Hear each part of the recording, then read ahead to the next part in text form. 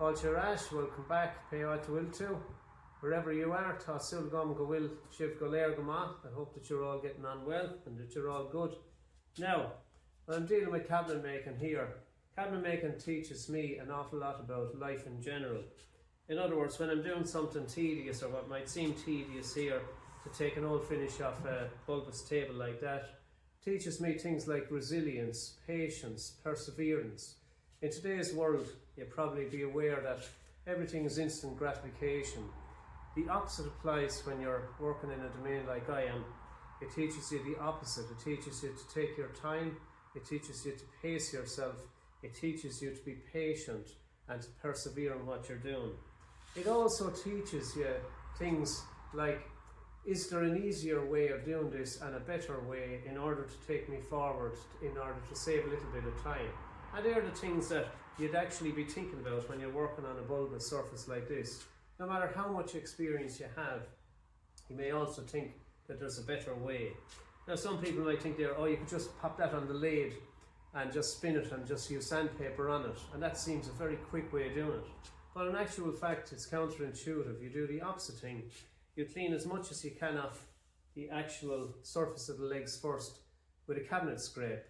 And about a cabinet scrape then, most cabinet scrapes are used for fine finishing in wood, and a cabinet scrape, a lot of people here will notice or not know what I'm actually talking about.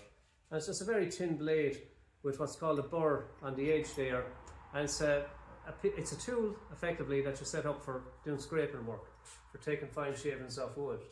But that's for another video. Normally speaking, when we're working with that, we'd be using a draw action.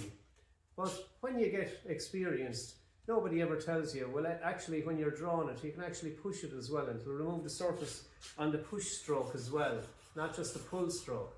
So they're little things that you pick up as you get more experienced in your domain. Now, as I said, I go back to the lathe. Some people might say, oh, just wouldn't you pop it on the lathe and just spin it? The difficulty with that is that it's extremely hard to get it right on centre there, exactly on centre, because it's already the centre point has been removed from it. So what you do, or what I'm doing in this case, I tried it both ways and just to see if I can make any headway on time. But normally you just have to go back to your little methods of doing it there, of scraping and using different types of sandpapers, and for scallopy work or for turned work or reeds or beads, you do something like that on sandpaper to actually get into the hollows, all them little tips and techniques.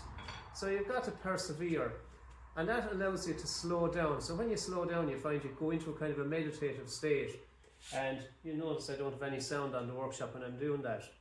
And that's a bit like meditation. It allows you to relax into the work, and once you get in on it, you find that you're through a leg maybe in an hour and a half, and you're completely cleaned down. I can then pop it on the lathe to do final sanding, etc., just to get the finish I require prior to putting a new finish on it again. So they are the things that a cabinet maker would think about. You've got to pay for the meal before you actually have it. It's the opposite of today's world. We get the gratification first. We're seeking gratification all the time, or we appear to be, and we pay for it later on. In cabinet making, it's the opposite. You pay for the meal before you get it. So if it takes, this is something that's approximately 100 years old or more. So supposing it takes me, let's look at it from the point of view, it takes me an hour and a half or 2 hours maybe to clean a leg at the outset. That's its maximum amount of work.